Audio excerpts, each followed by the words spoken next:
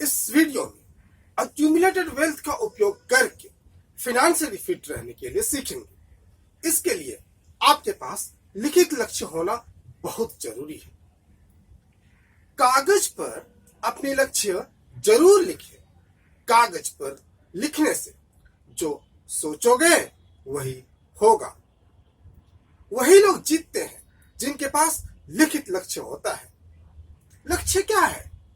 लक्ष्य वही है जो आप निशाना साध रहे होते हैं। जिग जिगलर कहते हैं, यदि आपका लक्ष्य कुछ भी नहीं है तो आप इसे हर बार हिट करेंगे। आपके पास स्पष्ट लिखित लक्ष्य होने चाहिए। ब्रायन ट्रेसी के अनुसार हार्वर्ड स्नातकों के एक अध्ययन में पाया गया कि 2 साल बाद जिन 3% लोगों ने लक्ष्य लिखे थे वे 97% लोगों की तुलना में अधिक वित्तीय लक्ष्य को हासिल किया। Total money makeover Dave Ramsey ने 7 बेबी स्टेप्स के बारे में बताते हैं जिसके द्वारा आप फाइनेंशियली फिट रहते हैं। Winning with money is 80% behaviour and 20% head knowledge. अतः हाई इंटरेस्ट रेट का वेल्थ बिल्डिंग से ज्यादा संबंध नहीं है। पहला बेबी स्टेप है क्रिएट एन इमरजेंसी फंड और रेनी डे फंड। देखिए, एक चींटी का ना कोई निरीक्षक और ना कोई शासक होता है। वह समय पर अपने रसद का प्रबंध करती है और फसल के समय अपना भोजन संचय करती है। चींटियां अधिक भोजन जमा करती है और घोंसले के चारों ओर ऊंची दीवारें बनाती है और बारिश का मौसम आने से पहले घोंसला बंद कर देती है। इसी तरह आपको भी कम से कम 75,000 का इमरजेंसी फंड क्रिएट करना चाहिए। ऐसा करके क्रेडिट कार्ड की झूठी सुरक्षा से दूर रहते हैं, आप संतुष्टि का अनुभव करते हैं और आपका आत्मविश्वास बढ़ता है। 10 कुंवारियां अपनी मसाल लेकर दूल्हे की अगवानी करने निकली। उनमें से 5 नासमझ थी और 5 समझदार। नासमझ अपनी मशाल के साथ तेल नहीं लाई। समझदार अपनी मशाल के साथ साथ कूपियों में तेल भी लाई। दूल्हे के आने में देर हो जाने पर सब ऊँधने लगी और सो गई। आधी रात में आवाज आई, देखो दूल्हा आ रहा है, उसकी अगवानी करने जाओ। तब सब कुंवारियां हड़बड़ा कर उठी और अपनी अपनी मसाल संवारने लगी। नासमझ कुंवारियों ने समझदार से कहा, अपने तेल में से थोड़ा हमें भी दे दो क्योंकि हमारी मशालें बुझ रही हैं। समझदारों ने उत्तर दिया, क्या जाने हमारे लिए और तुम्हारे लिए तेल पूरा ना हो। अच्छा होगा तुम लोग दुकान जाकर अपने लिए तेल ले लो। वे तेल खरीदने ही गई थी कि दूल्हा आ पहुंचा। जो तैयार थी उन्होंने उसके साथ विवाह भवन में प्रवेश किया और द्वार बंद हो गया। बाद में शेष कुंवारियां भी आकर बोली, स्वामी स्वामी हमारे लिए द्वार खोल दीजिए। इस पर उसने उत्तर दिया, मैं तुमसे कहता हूं मैं तुम्हें नहीं जानता। इसलिए साथियों, इमरजेंसी फंड क्रिएट करना बहुत जरूरी है क्योंकि आप ना वह दिन जानते हैं और ना वह घड़ी। दूसरा बेबी स्टेप है डेथ स्नोबॉल। दुष्ट उधार लेता है और लौटाता नहीं, परंतु धर्मी, अनुग्रहकारी और देने वाला होता है। विनिंग विथ मनी 80% व्यवहार और केवल 20% दिमागी ज्ञान होता है। डेथ स्नोबॉल आपके व्यवहार के बदलने के बारे में है। आपको इसके लिए गणित की डिग्री या बिजनेस स्कूल जाने की जरूरत नहीं है। आशा का यह समीकरण सांख्यिकी ज्ञान से कहीं अधिक लेना देना है। यदि अपनी आदतों को बदलने के लिए आईने में आते हैं तो आपको कोई नहीं रोक सकता। यदि आप बर्फ के छोटे गोले को यानी स्नोबॉल को ढलान पर लुढ़काते हैं तो यह बर्फ का छोटा गोला अपने साथ अधिक से अधिक बर्फ को चिपकाते हुए गति के साथ नीचे जाते जाते एक बड़ा गोला बन जाता है।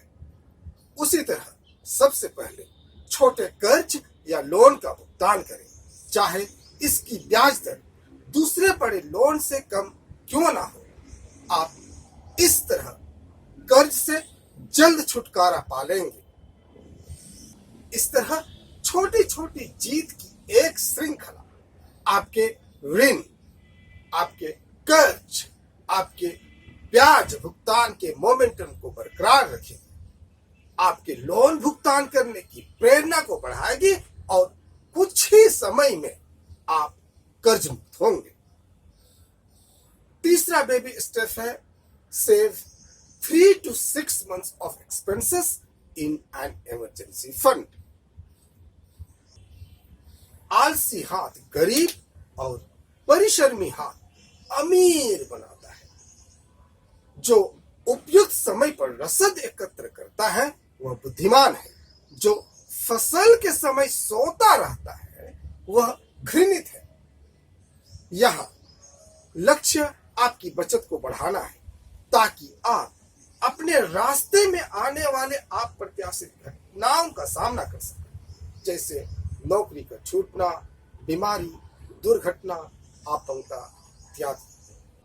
अगर आपकी नियमित आय चली गई तो आपको कितने पैसे की आवश्यकता होगी? साथियों, जॉर्ज कार्नेल के अनुसार एकल आय यानी सिंगल अर्निंग वाले परिवार के लिए 6 महीने के खर्च का लक्ष्य रखें। 2 आय वाले परिवार के लिए कम से कम 3 महीने का लक्ष्य रख सकते हैं। चौथा बेबी स्टेप है सेव फॉर रिटायरमेंट। संत पौल थेस्सलोनियंस से कहते हैं, हमने किसी के यहाँ मुफ्त में रोटी नहीं खाई, बल्कि बड़े परिश्रम से दिन रात मेहनत करते रहे, जिससे आप लोगों में किसी के लिए भार ना बने। आपका देने वाला हाथ कभी लेने के लिए ना बढ़े। इसके लिए देवराम से कहते हैं कि आप अपने ग्रॉस इनकम का 15% रिटायरमेंट फंड में निवेश करें। नौकरी करना शुरू करते ही लोगों को रिटायरमेंट फंड में निवेश करना चाहिए। पर्याप्त जोखिम लेकर दीर्घकालीन संपत्ति बनाने का सबसे सुरक्षित तरीका स्टॉक मार्केट में निवेश करना है। स्टॉक मार्केट या शेयर बाजार में ट्रेडिंग और इन्वेस्टमेंट दोनों अलग अलग है। यहाँ आपको निवेश या इन्वेस्टमेंट के बारे में कहा जा रहा है। 5वां बेबी स्टेप है saving for your children college fund. नाती पोते बूढ़ों के मुकुट है और पिता पुत्रों की शोभा है। द फाइनेंशियल लिटरेसी वेबसाइट के अनुसार गवर्नमेंट कॉलेज में 5 साल के कोर्स के लिए 10 लाख से ज्यादा फी लगते हैं और इसी कोर्स के लिए प्राइवेट कॉलेज में 50 लाख तक लगते हैं। यदि आप अपने बच्चों की डिग्री डेब्ट फ्री चाहते हैं तो स्टूडेंट लोन से बचना चाहिए। बहुत सारे बच्चे डिग्री के साथ लोन के बोझ को साथ लाते हैं। यदि आप अपने बच्चों के कॉलेज फी का भुगतान करते हैं तो आप भविष्य में उनकी वित्तीय सुरक्षा सुनिश्चित करते हैं और इस तरह वे कॉलेज की डिग्री बिना कर्ज के प्राप्त करने में सक्षम होते हैं। इसके लिए आप भारतीय जीवन बीमा निगम का जीवन लक्ष्य प्लान टेबल नंबर 933 में निवेश कर सकते हैं। 6वां बेबी स्टेप है pay off your home loan early. Pragya से घर बनता है और समझदारी से दृढ़ होता है। ज्ञान से उसके कमरे सब प्रकार की बहुमूल्य और सुंदर वस्तुओं से भरते हैं। होम लोन सस्ती होती है और टैक्स सेविंग में भी मदद करती है, परंतु रिटायरमेंट के पहले होम लोन खत्म करना समझदारी होगा, ताकि रिटायरमेंट के बाद कम खर्च होंगे और धन का स्वतंत्रता पूर्वक इस्तेमाल कर सके। 7वां बेबी स्टेप है बिल्ड वेल्थ एंड गिव।